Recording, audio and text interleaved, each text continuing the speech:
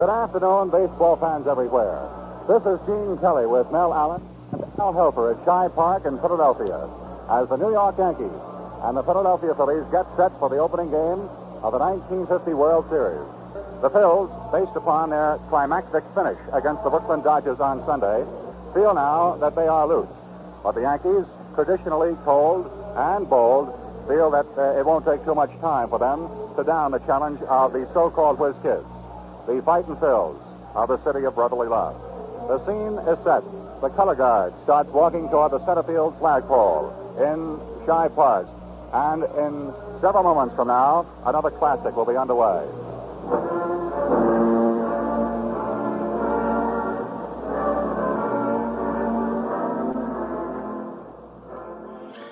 Card number 65 from the Bowman Color set. And I didn't plan this, guys, but this is all really working out really nicely. The fact that the last two cards were both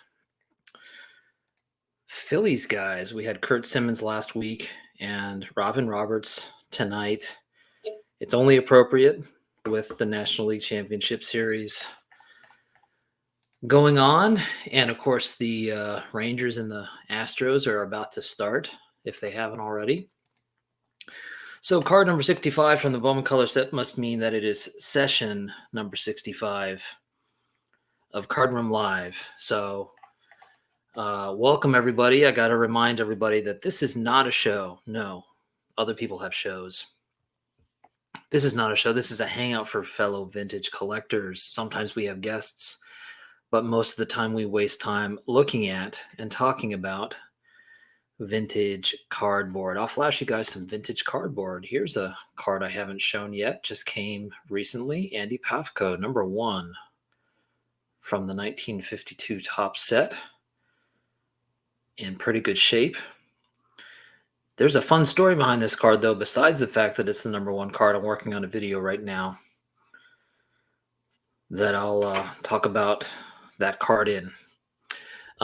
Through it all, we try to make it time well wasted. See, I just wasted some time right there. So if you're here with us live for the first time, welcome. I hope you'll introduce yourself in the chat.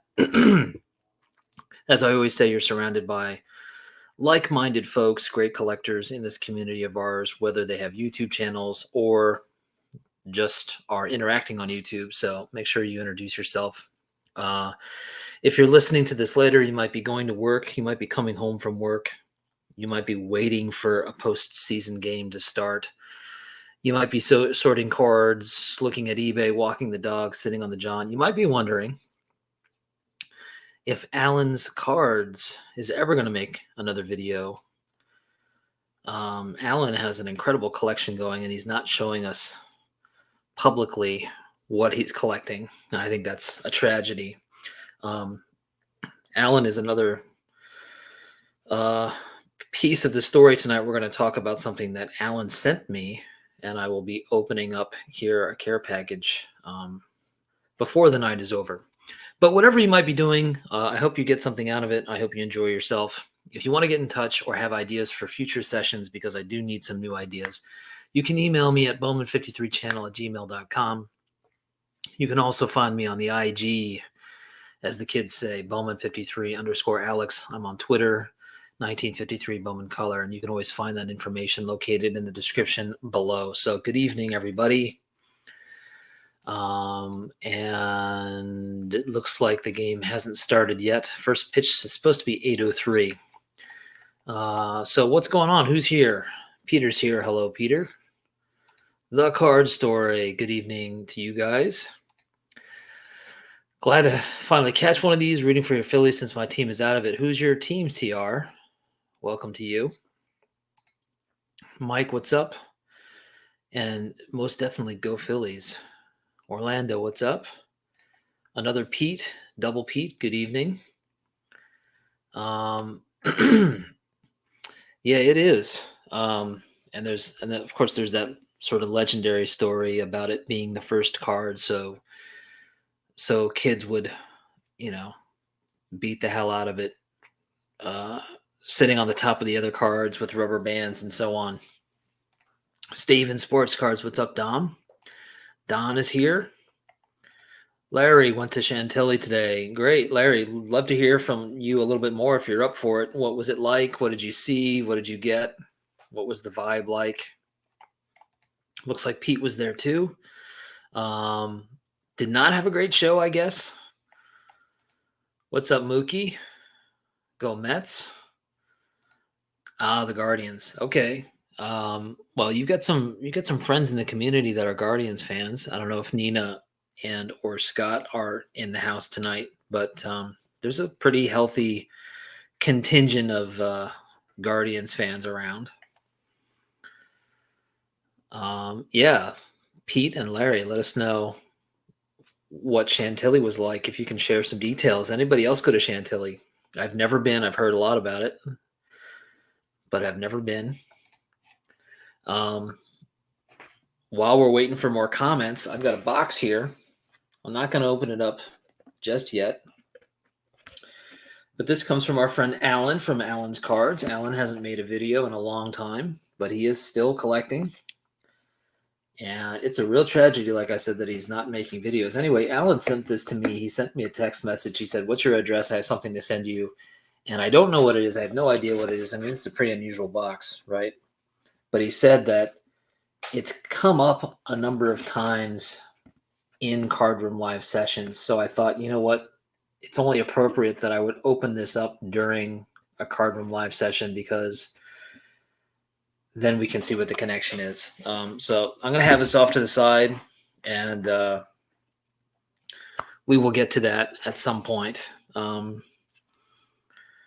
Maybe it'll be the last thing we do today, just to kind of keep the suspense going. What's in the box exactly? I've been wondering. I shook it a little bit. It sounds it's pretty well packed, but I hear something bouncing around in there. Hope I didn't break something. Pete says bidding on a card ends in 2 minutes. We'll type more in a bit. Okay, yes. Okay, focus, Pete. Must focus on bids. Larry says tons of overpriced vintage, but found a nice Lou Brock rookie to add to the collection. Cool. Unfortunate about the overpriced vintage. Is that do you feel like that's a Chantilly thing, perhaps? Or is that a sign of a larger trend?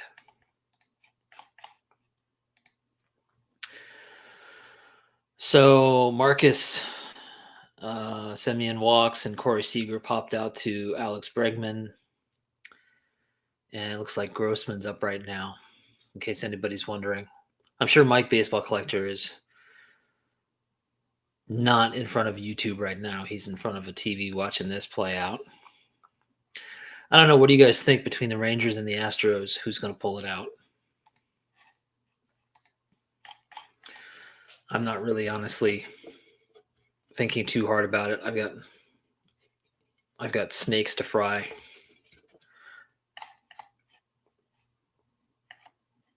Oh, that's cool. Dom and Lou Brock sharing the same birthday.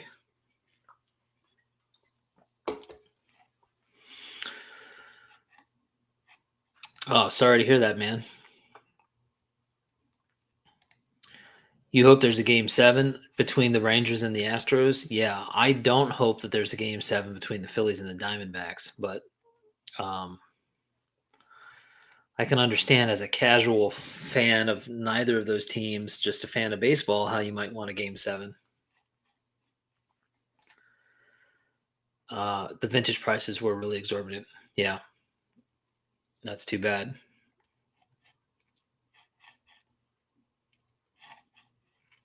I suspect some of that is DC area premium. Okay, that makes sense. Definitely makes sense. So who's pitching for the Astros, Valdez?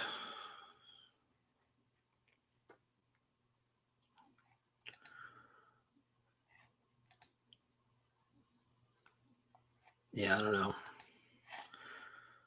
I'll say, though, that things were pretty dicey there for a while. Not that they're out of it, but with the Phillies, the Diamondbacks won those 2 games But I also felt like the Phillies really gave those two games away in a lot of ways. Really sloppy play, um, big mental mistakes. Some of them were official errors, but they were way more mental mistakes than the errors would indicate. And it's amazing how that team can just shut off like a faucet, whether it's the offense or anything else. They turned it around last night, and we'll see what happens. But yeah, that trip to Arizona was dicey. We'll just put it that way. Mainly, it was a bummer that so many of the dealers just seemed unfriendly. Which was odd because I went to the early bird session, which cost a premium. Yeah, that is very strange. I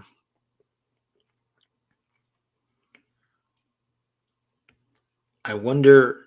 I can't say because I don't really. I've been to like all of like a handful of card shows in my whole life, so I can't really speak from experience. But I wonder if we're experiencing this weird sort of transitional period between the old school dealers and the way that the hobby is now. And there's lots of good things about the hobby now, and there are, to me, some not so good things. And I wonder if there's just some growing pains when it comes to, the way that things go. What's up, Ray? Ray, any thoughts on those last three games in Arizona? I mean, obviously it ended well for us last night, but those previous two games were, man, not fun. Let's put it that way. Right. Yeah. Poor Mike Trout.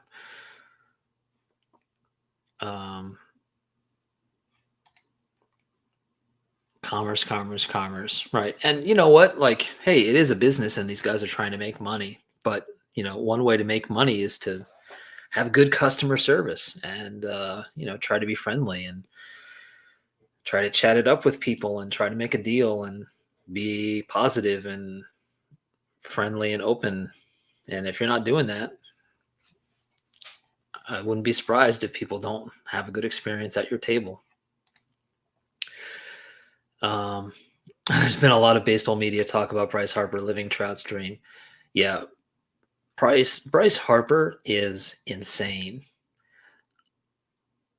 Even just counting last year in the playoffs, every time Bryce Harper came to the plate, I always had this impression that he would will whatever he wanted to happen, and that continues to be the case this year. I think he is the most exciting, dynamic, interesting player in the game right now.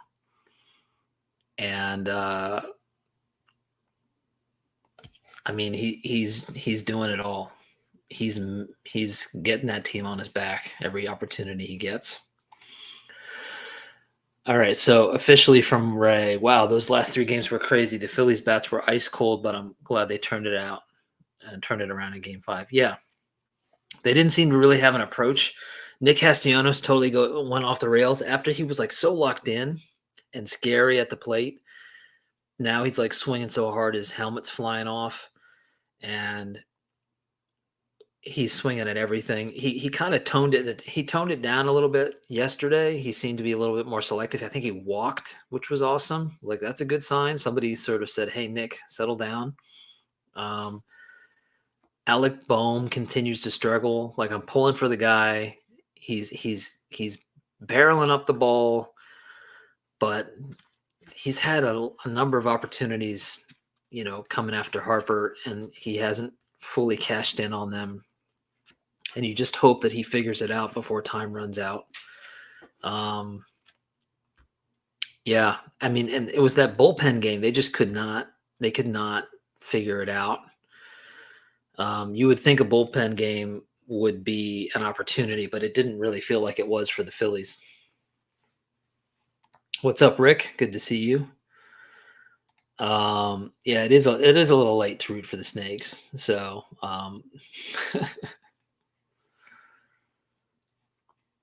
I can understand it though. There were non-verbal dealers. Found a few nice ones to talk to and deal. That's cool. Yeah, I mean, like I said, I don't have much experience, but I would imagine like if you want to be a car dealer, you have to be a little bit personable, you know. Um,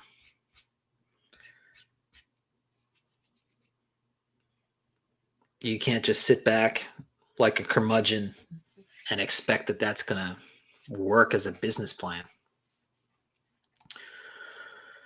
Philly scored enough to win Game 4, but Kimbrel was not good in Game 3 or 4. Yeah, I think they, as much as the Diamondbacks hung around and give them all the credit you want about staying tough and hanging in there and capitalizing on mistakes, the Phillies really blew those games. Like they had those games, and they made mistakes defensively. They made mistakes on the base paths. Um, and boy, that there was, I forget which night that was. Was that maybe Friday night? The bullpen just could not throw strikes. I mean, it was like embarrassing. It was like, could we find somebody that could throw a strike? Um, all of a sudden, everybody lost the strike zone. And, to me, Kimbrel's just the tip of the iceberg. There's so much other stuff that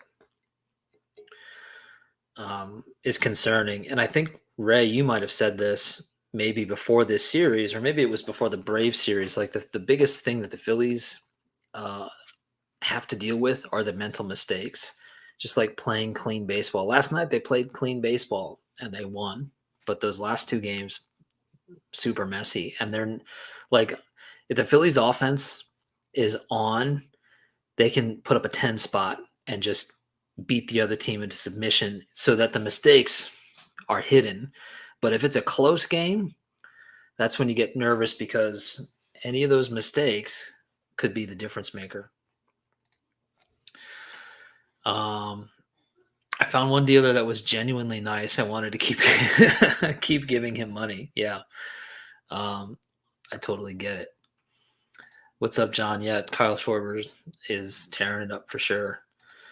Kimbrel is a borderline Hall of Fame regular season closer, but has never been nails in the playoffs. Yeah, I've got a friend that's a Red Sox fan, Dom, and he was saying that the Red Sox had Kimbrel.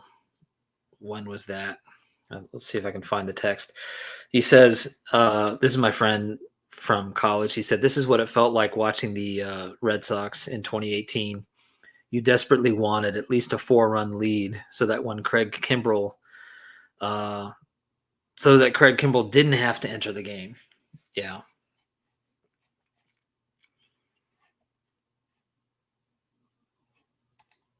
Watching the Dolphins game, the Phillies beat my Marlins. Yeah. Well, it's pick on Florida month, I guess. We'll see how that goes. Let's see. It's the bottom of the first, and the Astros have 2 on with nobody out. Yikes. I was a little worried once Wheeler came out of the game yesterday. Yeah, same here. I kept like this. It actually reminded me, and Ray, maybe you remember this in 2009 when the Phillies made it back to the World Series against the Yankees. They had trouble getting there, and they still had Lidge as their closer. And Lidge, 2008 was lights out. Lidge. He didn't blow a save, but in 2009 he got really dicey, and we had this string of games where like the team was fantastic through 8. And then in the 9th inning, they would lose it. And, so you're going through 8 innings of baseball with this like specter in the back of your mind, like, okay, this is going well, but what's going to happen in the 9th? And then they just kept blowing games. That situation on Friday and Saturday felt a lot like that. The mistakes, mental and otherwise, are the trade the Phillies made for all that offense. It's part of how they're built. Yeah, although I will say that they are much better defensively this year than they were last year. Like Alec Bohm is much better at third base. Bryson Stott is a Gold Glove finalist. He made some amazing plays this weekend.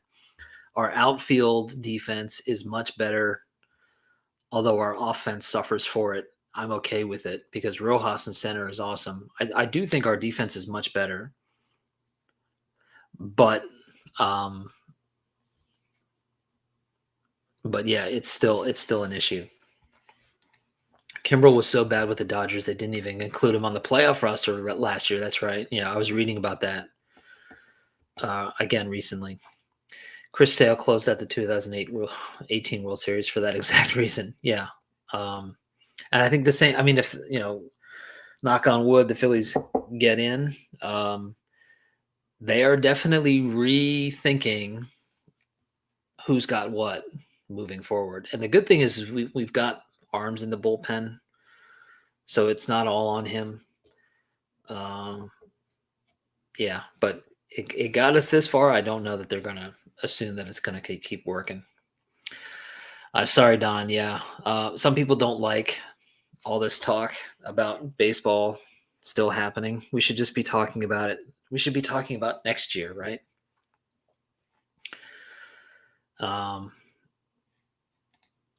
For those living in Philly, what percentage of sports fans are watching the Eagles versus Phillies? I think it's everybody's watching all of it, right? I mean, it's like the problem you're having in Philadelphia is that everybody's watching all of it, and then we're not doing anything else. I mean, I'm not even in Philadelphia, but that's the impression I have. Everybody's talking about both these teams. Nobody's talking or doing anything else. Yes. I totally agree. Hoffman has been incredible. He's sort of the unsung hero of this team. He's been great. Every time he's called in the game, I'm confident. I'm excited. And Alvarado's great. So if it's those two guys, I'm feeling good.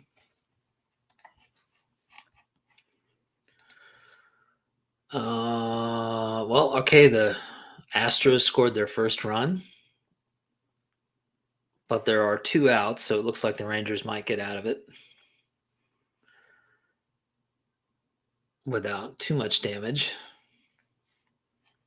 And they're still in the first inning. This is going to be a long game. Hey, there he is.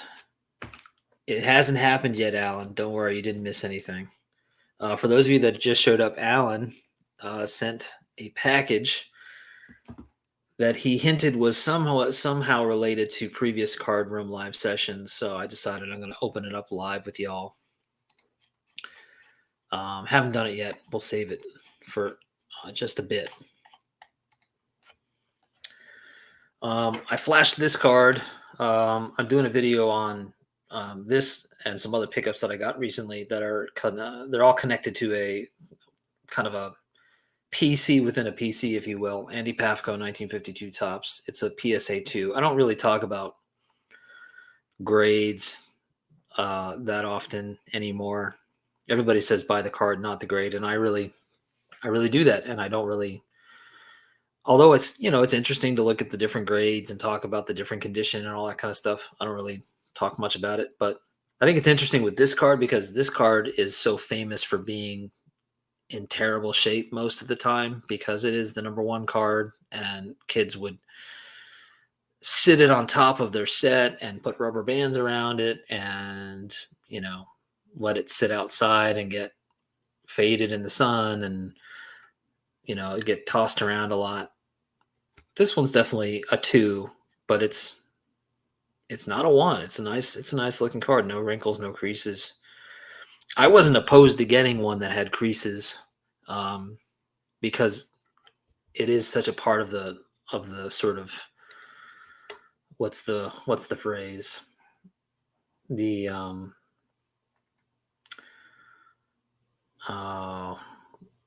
history of the card, I guess, just like the sort of I can't think of the phrase I'm trying to use for this.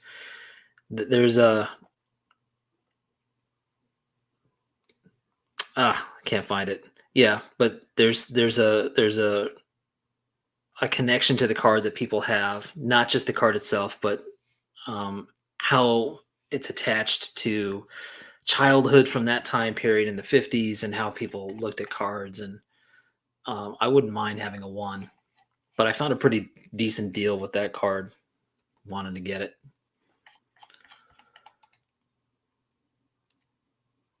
All right, looks like the Rangers got out of that, but Houston gets on the board. I've been kind of paying attention to that series in the background. I need to remind myself what the scoring in that series has been. I know they had some crazy, like, back and forth games. I'm trying to go back here and see if I can see some of the previous games.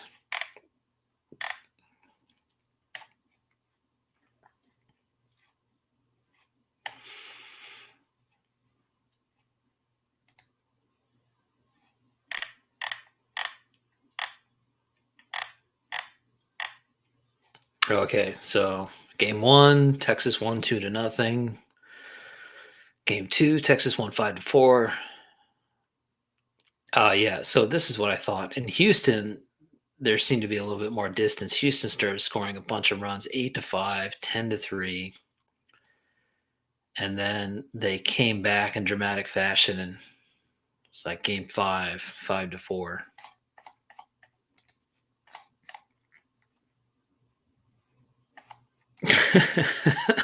Tried to watch the Astros Rangers, but the trash can banging is disturbing. I think I brought this up last time. There's a great Frontline documentary, which is free on YouTube,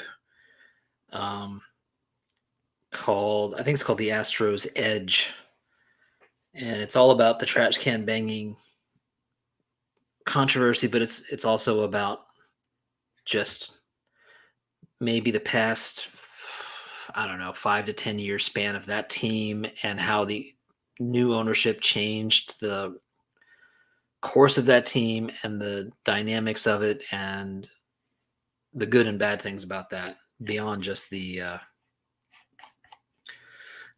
trash can incident. Is anybody here bidding on anything in REA? I am not. Oh, that's cool to hear, the Yogi Berra doc. Yeah, I think Ray from Philly mentioned that doc. Has anybody else seen that? I definitely have it on my list. I haven't seen it yet, but I definitely want to. So I'm glad to hear, Mike, that you enjoyed it. Feels like the Astros have the momentum right now to take the series. The Rangers' offense can just get so cold. Well, just as you say that, I switch over and it looks like Mitch Garver just hit a home run, so now the game's tied. So, hey, at least they're making it entertaining. Looks like Rick is not. Looks like the card story isn't. Vintage oddball cards, Rick is also not. I'm not. I'm making a slight detour away from cards. I think this might be the Pafko might be my last card for a while. I'm getting back into autographed baseballs. It's been a long time since I collected autographed baseballs, but I'm leaning in that direction right now. And it's funny because it's really not been on my mind much at all. But because of the postseason and the Phillies being in it again, I thought about it last year. Didn't really make the plunge, I guess, but this year I am, and just realized that there's something about these moments in time where I get really connected to the team and the history and my history with it, and I want to stop and get an autographed baseball of key players, and so I'm doing that. And I'm also hoping eventually to get a 2022 or 2023 team sign ball for the Phillies. Obviously, I'm going to wait and see how this plays out. But regardless, this is like a moment in time now, like this team, and I'm seeing it, and like, being in the middle of it, it's like, okay, I want to like add this to what I've already got, because I've got a growing Phillies autographed baseball collection, but it's been pretty quiet for the past few years, and I've mostly been focusing on cards. But for the next, little slice of time, I just want to sort of update that collection a little bit. And it's not a lot. It's a handful of guys here and there that I want to add to it. But there's something about postseason baseball that really ignites that feeling in me that I want to stop and like add those guys to the collection that I've got going. What's up? There's another Philly guy. What's up, Reese? Maybe I should say that more often. The Astros have a terrible record at home, so here's hoping the Rangers can come back. Yeah, I mean, in the postseason, all bets are off. You know, it's really tempting to look at regular season stuff, but I think all that stuff goes out the window.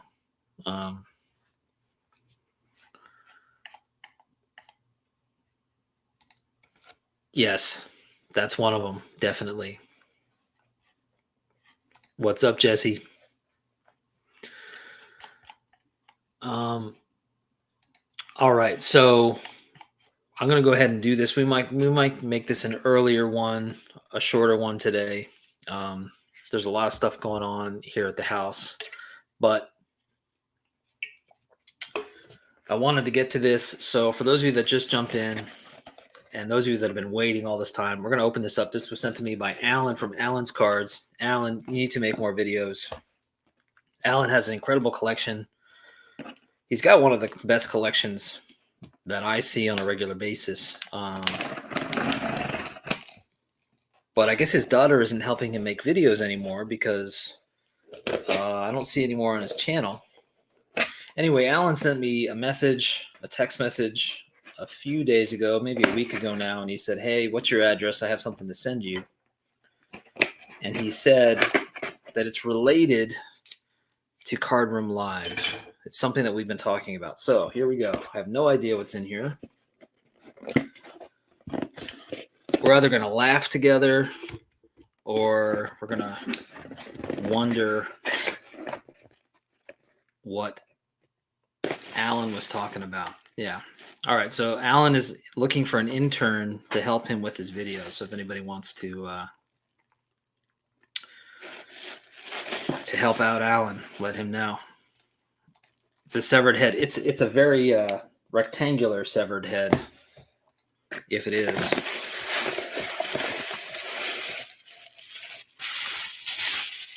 It's just a bunch of bubble wrap. It's just a bunch of bubble wrap. Did we talk about bubble wrap?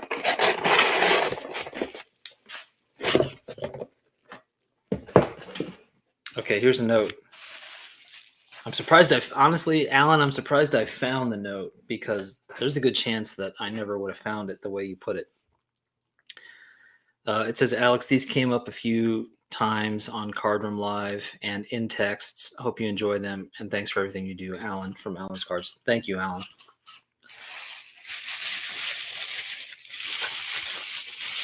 Bubble wrap. Lots and lots of bubble wrap.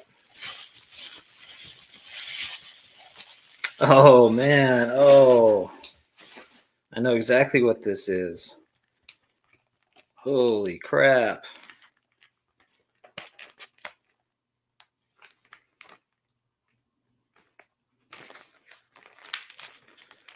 I'm not going to show you guys what it is. I'm just going to look at it and be like, hey, that's cool. All right. Good night, everybody. Okay.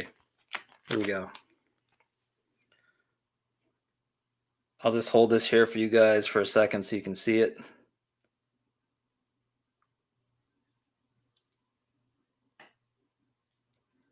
Awkward silence, but at least there's something cool to look at, right?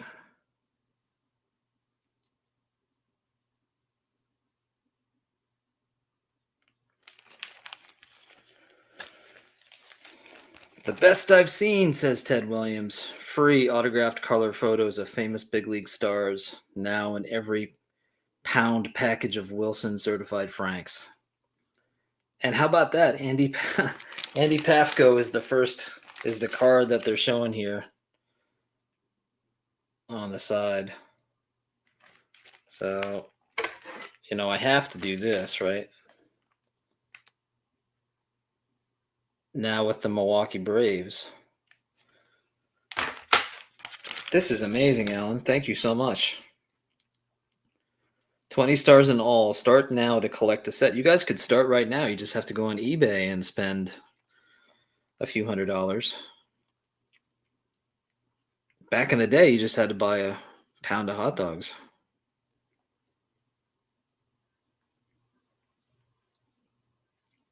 Think of it, an autographed color photo of a top big league star free in every pound package of Wilson Certified Frank. It says it's autographed. It doesn't say that it's a facsimile. It says it's autographed.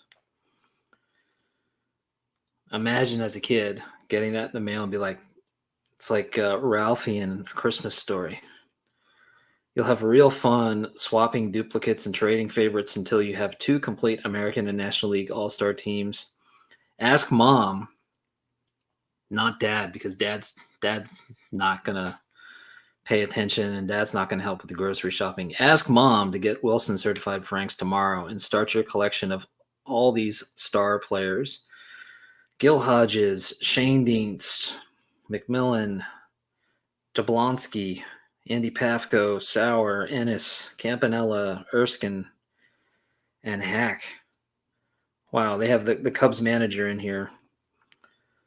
Ferris Fain, Nellie Fox, Quinn, Stevens, Ted Williams, of course, Slaughter, Groth, White, Feller, and Richards, the White Sox manager. Oh, so because this is from Chicago, so they've got the Cubs and White Sox managers in there. Extra offer. An album for your all-star photos, only 25 cents, and 2 Wilson Certified Franks labels. Never before an album like this. You paste in the National American League All-Stars right in the positions they play. It's fun, exciting. Order yours today. I mean, it is fun and exciting.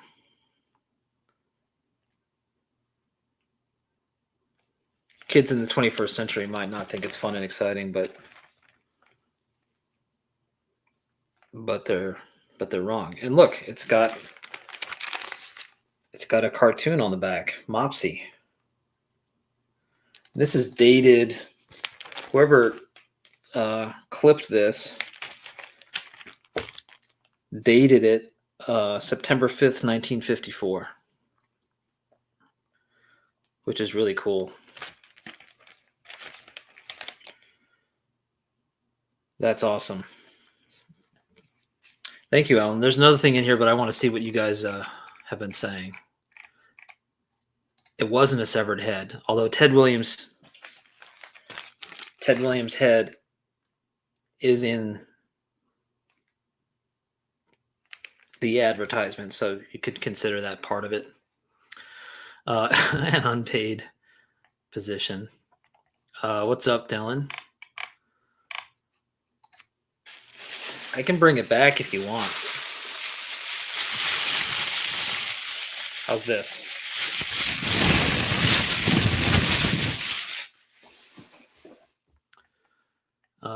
Cool. Wow, interesting. Yeah, it's awesome. So thoughtful. It's Andy Pafko night. That's the comment of the night. Thank you, Reese. What's up, Chris? Yeah, Ted's meat and his head. Yes, be sure and drink your Ovaltine. Exactly right. What's up, Jason? What's up, Stuke? Very cool. All right, so we got one more in here. As if that wasn't enough, we got this beautiful thing. Look at this. Incredible. Look at that. Gorgeous.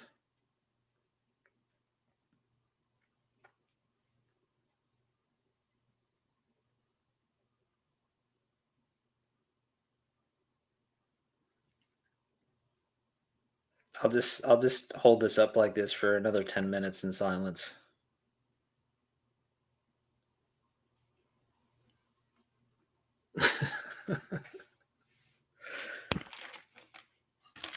Beautiful.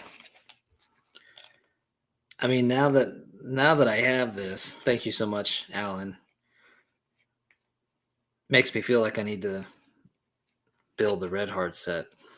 No promises, but it's gorgeous. You know, especially because like after having made that video, I spent a lot of time looking at these clippings, but to actually see one in person, this is in great condition.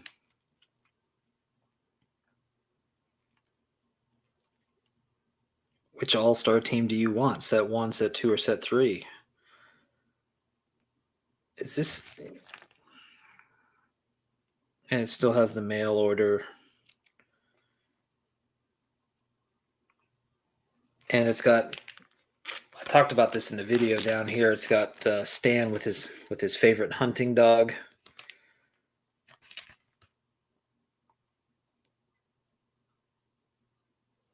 And this is the thing that I had Don help me out with when I made that video. Stan Musial and his favorite hunting dog. Stan says, like baseball players, dogs have to stay in top condition all the time. Red Heart is big league dog food. It gives dogs all they need to stay in shape. And they're crazy about its 3 flavors, beef, fish, and liver. They love Red Heart, and so will your dog. I can hear Don saying that when I read that.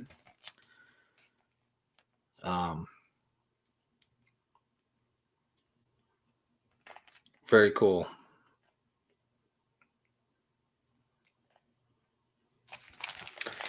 Two examples of advertising from that time period where it's basically like, hey, tell your mom to go buy this stuff so that you can get some baseball cards. I mean, that was really clever marketing.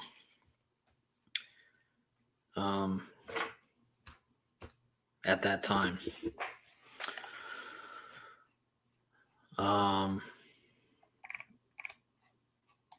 For sure, man. Best community ever. Rick likes it. Don likes it. Reese likes it. Stuke likes it. Look great framed on the wall. Yeah, I've run out of wall space, but I'm going to have to figure something out. Yes, and it's got floating head stand. Don, Alan, thank you so much. I said Don because I'm thinking of Stan Musial, but Alan, thank you so much. Very, very thoughtful. Definitely unique pieces that you don't see every day, and I've never seen these in person, so it's really cool to see these, and they're in fantastic condition, fantastic shape.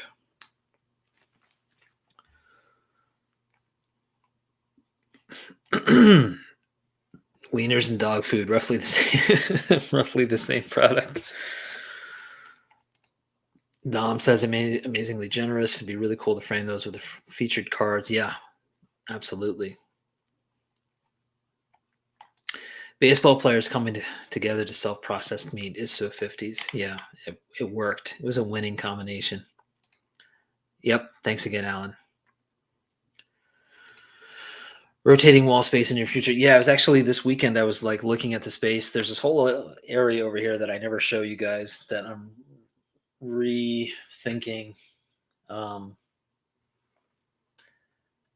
And it's going to be a big project, not something that's going to be done anytime soon. But now I'll have to figure out how to get this stuff in there. But that's a good problem to have. It's a good problem to have. What's up, Lou? All right, guys. Super fun, unexpected, and definitely appreciated. Thank you again, Alan. It's cool to be in this community, right? Such generous folks.